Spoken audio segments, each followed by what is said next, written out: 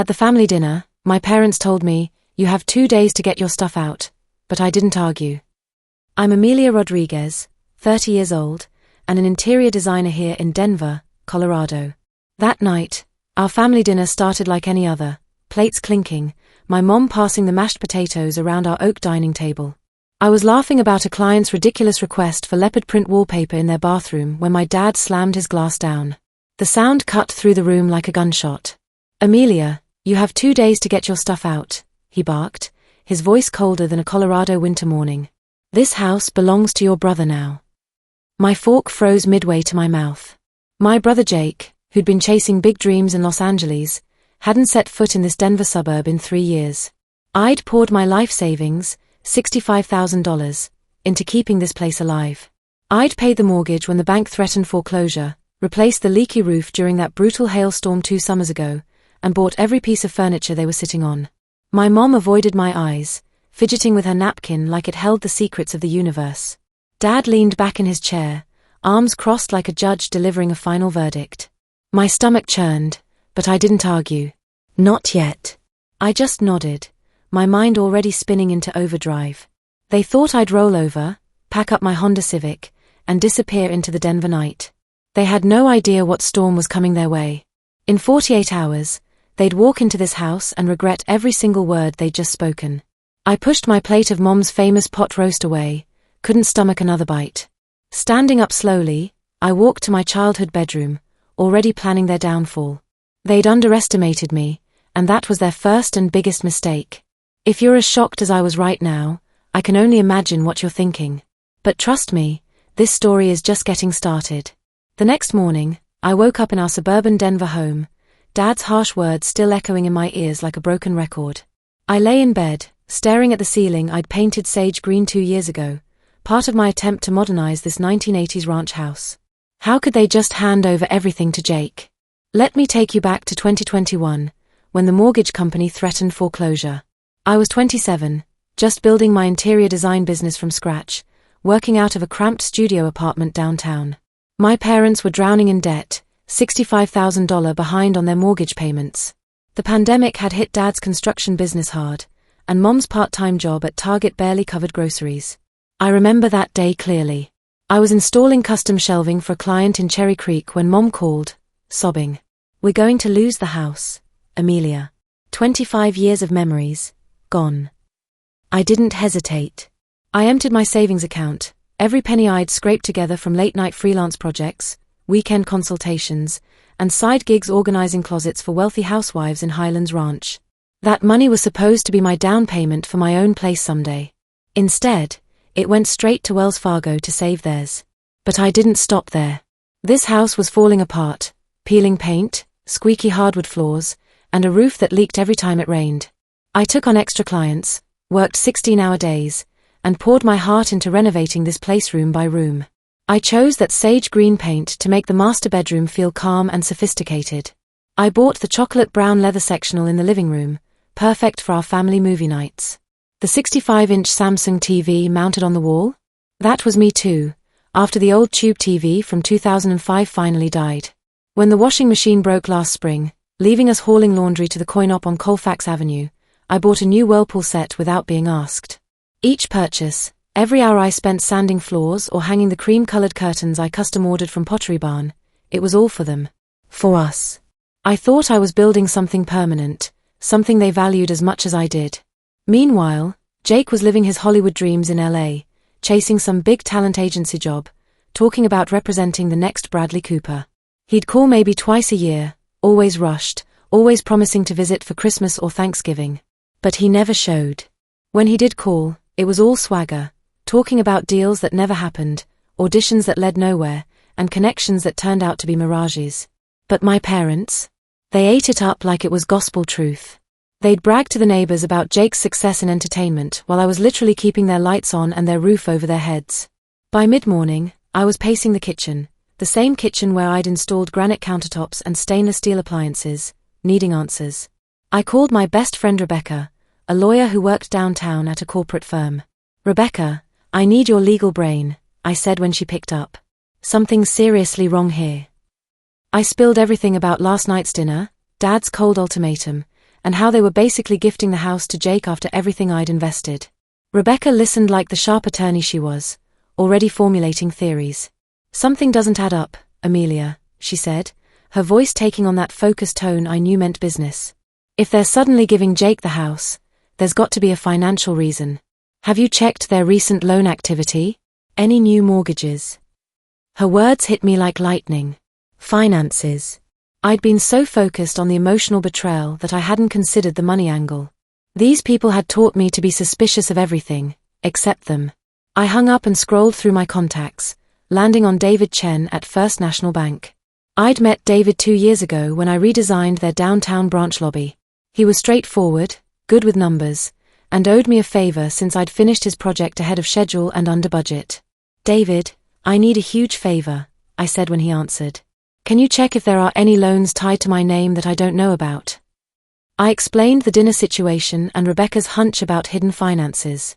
David promised to dig into it, and an hour later, my phone rang. His tone was grim. "Amelia, you're going to be furious," he started. "There's a home equity loan for $65,000 taken out 8 months ago. Your name is listed as the primary borrower, with your parents and Jake as co-borrowers." My heart stopped. "That's impossible. I never signed anything."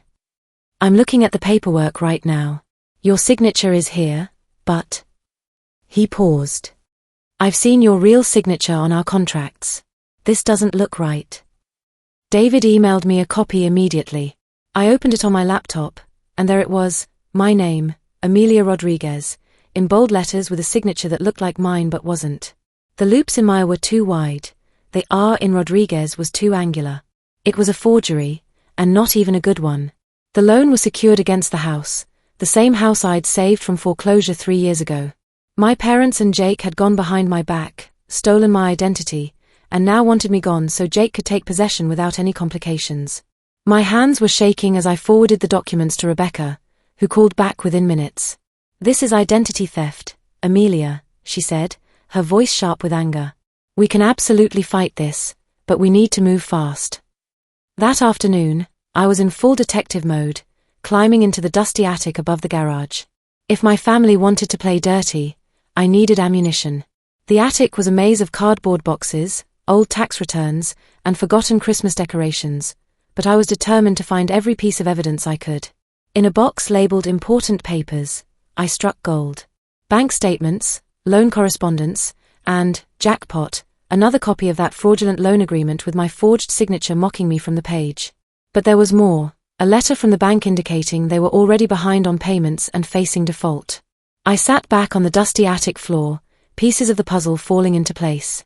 This loan was approved 8 months ago, right around the time Jake came slinking back to Denver with his tail between his legs after his LA dreams imploded. It wasn't hard to connect the dots now. He'd failed spectacularly, needed cash, and my parents helped him by using me as their personal ATM without my knowledge or consent. While I was up there, I made a comprehensive list of everything I'd purchased for this house over the past 3 years. The chocolate leather sectional, $2,800. The Samsung TV, $1,200. The Whirlpool washer and dryer set, $1,500. The custom curtains throughout the house, $800. The granite countertops, $4,500. The stainless steel appliances, $6,200. Even the damn doormat that said welcome was mine, $35 from Home Goods. Every receipt I could find went into a folder. Every bank statement showing my payments. Every photo I'd taken during the renovation process. I wasn't just building a legal case, I was documenting my entire investment in their lives. By 1 p.m., I was calling Rocky Mountain Movers, a local company with excellent reviews. "I need to move some furniture out of my house today," I told the dispatcher. "How soon can you get here?" They could have a crew there by 3 p.m. Perfect timing. Next, I called Rebecca again. "I've got more evidence," I said, explaining what I'd found in the attic. "How strong is our case now?" "Rock solid," she replied. "Identity theft, financial fraud, and you've got documentation of your investment in the property. We can file a lawsuit that will not only clear your name but potentially get you damages for emotional distress." As I was organizing my evidence, the doorbell rang. It was Mrs. Patterson from next door, holding a plate of her famous chocolate chip cookies. Dorothy Patterson was 68, retired from teaching elementary school, and had lived on our street for 15 years. "Honey, I saw you looking upset this morning," she said, stepping into the foyer. "Is everything all right?" I found myself spilling the whole story, Dad's ultimatum, the forged loan, everything. Dorothy's face grew more incredulous with each detail. "Amelia, sweetheart," she said, shaking her grey head, "I've watched you transform this house. I remember you out here every weekend, painting trim, hauling in new appliances, fixing that front porch. Your parents always bragged about Jake's big city adventures, but you're the one who kept this place from falling down around their ears." Her validation meant more than I expected. Here was someone who'd witnessed my dedication from the outside, someone who understood what I'd sacrificed. The movers would arrive soon, and I'd be taking back everything that belonged to me. Every piece of furniture, every appliance, every decoration. If I'd paid for it, it was leaving with me. My family thought they could use me and toss me aside. They were about to learn otherwise. The movers arrived at exactly 3 p.m., 3 guys in navy blue uniforms with Rocky Mountain Movers emblazoned on their truck. I walked them through the house, pointing out everything marked with yellow sticky notes: the sectional, the TV, the washer and dryer, the curtains, the microwave, even the coffee maker I'd bought last Christmas. "You sure about all this, miss?" asked Tony, the crew chief, looking around at how much we were taking. "Every single piece," I confirmed. "I have receipts for everything." It was surreal watching my life being packed into boxes and loaded onto a truck. 3 years of purchases, 3 years of making this house a home, systematically removed piece by piece. But it wasn't sadness I felt, it was liberation. The crew was just finishing up, the house now looking like a sad echo of its former self, when I heard a car door slam in the driveway. Jake's red Mustang convertible, the one he'd bought during his successful LA phase, sat behind the moving truck. He stormed through the front door, his designer jeans and untucked button-down shirt completing the struggling artist look he'd perfected. "What the hell is this?" he shouted, gesturing at the now empty living room. "This is my house now, Amelia. Where's all the furniture?" I stood in the center of what used to be our family room, arms crossed, meeting his glare head-on. "Your house? I took what belongs to me, Jake. You know, the stuff I actually paid for." His face turned red. "You don't get to decide that. Dad said this place is mine. You're supposed to be gone." That's when I pulled out the loan documents, unfolding them slowly like I was revealing a royal decree. "I know about the $65,000 loan, Jake. The one with my forged signature on it. The one that makes me responsible for your debt." For just a second, his cocky expression faltered. Then he recovered, laughing like I'd told him a joke. "You're delusional, Amelia. You're just pissed because I'm finally getting what I deserve." "What you deserve?" I stepped closer, my voice deadly calm. "You deserve a house you've never maintained? Furniture you never bought? A life you never worked for? While I was saving this place from foreclosure, where were you? Oh right, getting rejected at auditions and waiting tables at some dive in West Hollywood." Jake's jaw clenched. "You think you're so much better than me, don't you? The responsible daughter, the one who stayed home and played house with mom and dad." "I think I'm the daughter who gave a damn," I shot back. "While you were playing pretend in LA, I was here keeping their lives together." The front door opened again, and our parents walked in. Mom gasped when she saw the empty room. Dad's face went through several shades of purple. "Amelia Christine Rodriguez," Dad bellowed, using my full name like I was 12 years old again. "You put everything back right now."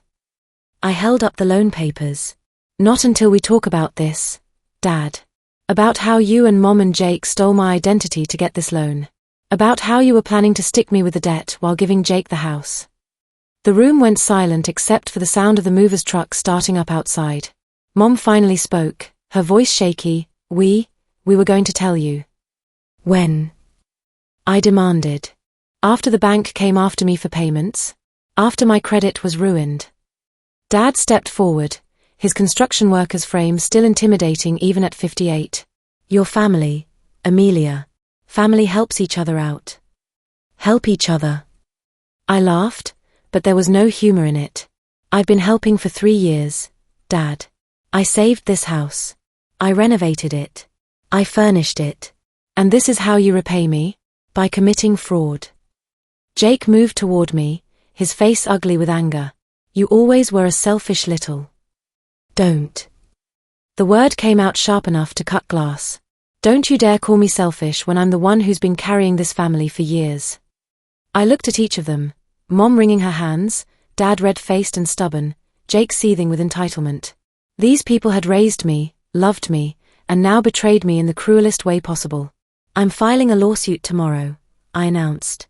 For identity theft, fraud, and emotional damages. You want to involve lawyers? Let's involve lawyers. With that, I walked past all of them, grabbed my purse and overnight bag, and headed for the door. The last thing I heard was Jake screaming about how I'd regret this, but his voice was already fading into irrelevance. Rebecca and I spent that evening in her downtown Denver office, a sleek space with floor-to-ceiling windows overlooking the city lights. We worked until midnight, crafting a lawsuit that would make my family's betrayal cost them dearly. The complaint was 23 pages of legal precision: identity theft, financial fraud, breach of fiduciary duty, and intentional infliction of emotional distress. We documented every forged signature, every fraudulent claim, every dollar I'd invested in good faith. This is airtight, Amelia, Rebecca said, reviewing the final draft. Your documentation is incredible, and the evidence of fraud is overwhelming. The next morning, we filed at the Denver District Court. I signed my name, my real signature, on the documents that would hold my family accountable. Standing outside the courthouse, breathing the crisp Colorado morning air, I felt something I hadn't experienced in years: complete control over my own life. The legal process moved faster than expected. My family hired a lawyer, some bargain basement attorney who clearly wasn't prepared for the mountain of evidence we'd assembled. During depositions, watching my parents and Jake squirm under Rebecca's questioning was almost worth the betrayal. Jake tried to claim he thought I'd agreed to co-sign the loan. Dad insisted they were planning to tell me eventually. Mom just cried and apologized repeatedly. None of it mattered. The forged signature spoke louder than any of their excuses. 6 weeks later, we were back in court for the final hearing. Judge Martinez, a no-nonsense woman in her 50s, reviewed our evidence with the thoroughness of a forensic accountant. The defendant's actions constitute clear identity theft, she declared, her voice echoing in the small courtroom. The loan agreement is hereby declared null and void, with all liability removed from Ms. Rodriguez. But she wasn't finished. My parents and Jake were ordered to pay court costs, legal fees, and $25,000 in damages for emotional distress. The house, still tied to the fraudulent loan, would be sold to satisfy the debt to the bank. I didn't look at their faces when the gavel fell. I walked out of that courtroom a free woman, free from their debt, their manipulation, and their expectations. 2 weeks later, I heard through the neighborhood grapevine that the bank had foreclosed. The house sold at auction for just enough to cover the outstanding loan. My parents, their savings exhausted by legal fees, had moved into a cramped apartment complex near the airport. Jake took a job selling cars at a used car lot on Federal Boulevard, a far cry from his Hollywood dreams. My phone started ringing immediately after the judgment. Voicemails from Mom, tears, and recriminations mixed together. Messages from Dad, alternating between anger and attempted guilt trips. Jake left one drunken rant calling me every name in the book. I listened to each one once, then deleted them all. Then I blocked their numbers. The silence that followed felt like freedom. 6 months later, I'm standing in my new apartment in Loudoun, Denver's lower downtown district, watching the sunrise paint the Rocky Mountains gold through my floor-to-ceiling windows. This converted loft, with its exposed brick walls and polished concrete floors, is everything I dreamed of when I was pouring my savings into someone else's house. My chocolate leather sectional looks perfect against the brick wall, and the Samsung TV is mounted exactly where I want it. The washer and dryer fit beautifully in the utility closet, and those custom curtains frame my windows like they were always meant to be here. Every piece tells the story of what I fought for and won. My interior design business is thriving. After word spread about how I'd stood up to my family's fraud, small communities love a good justice story, clients started calling. I've redesigned 3 restaurants, 2 boutique hotels, and just landed a contract to redo the lobby of a major law firm downtown. Rebecca stops by most Friday evenings with takeout and wine, and we celebrate the week's victories, both professional and personal. She's become more than my lawyer. She's the sister I chose, unlike the family that chose betrayal. I run into Dorothy Patterson sometimes at the grocery store. She always asks how I'm doing, and I can see the pride in her eyes when I tell her about my latest projects. I always knew you were special, honey, she said last time. I'm just glad you finally know it too. I haven't spoken to my parents or Jake since the trial. Their numbers remain blocked, their attempts at contact ignored. I heard through mutual friends that they're struggling. Dad's construction business never recovered, Mom's working double shifts at a call center, and Jake's still selling used Hondas and dreaming of his comeback. Sometimes I feel a twinge of something that might be guilt, but then I remember the forged signature, the years of taking me for granted, the casual way they tried to destroy my financial future. I didn't choose this path. They did when they decided my trust was worth $65,000. Looking back, I see the lesson clearly. Love isn't letting people use you. Family isn't a free pass to commit crimes. And self-respect means protecting yourself, even when it hurts the people who should have protected you. I spent 3 years pouring everything into a family that saw me as a resource to exploit rather than a person to cherish. Now I pour that same energy into building something that truly belongs to me, a business, a home, a life where my worth isn't measured by what I can provide for others. I'm not the daughter who fixes everyone's problems anymore. I'm Amelia Rodriguez, successful businesswoman, survivor of family fraud, and architect of my own happiness. And that's exactly who I was meant to be all along.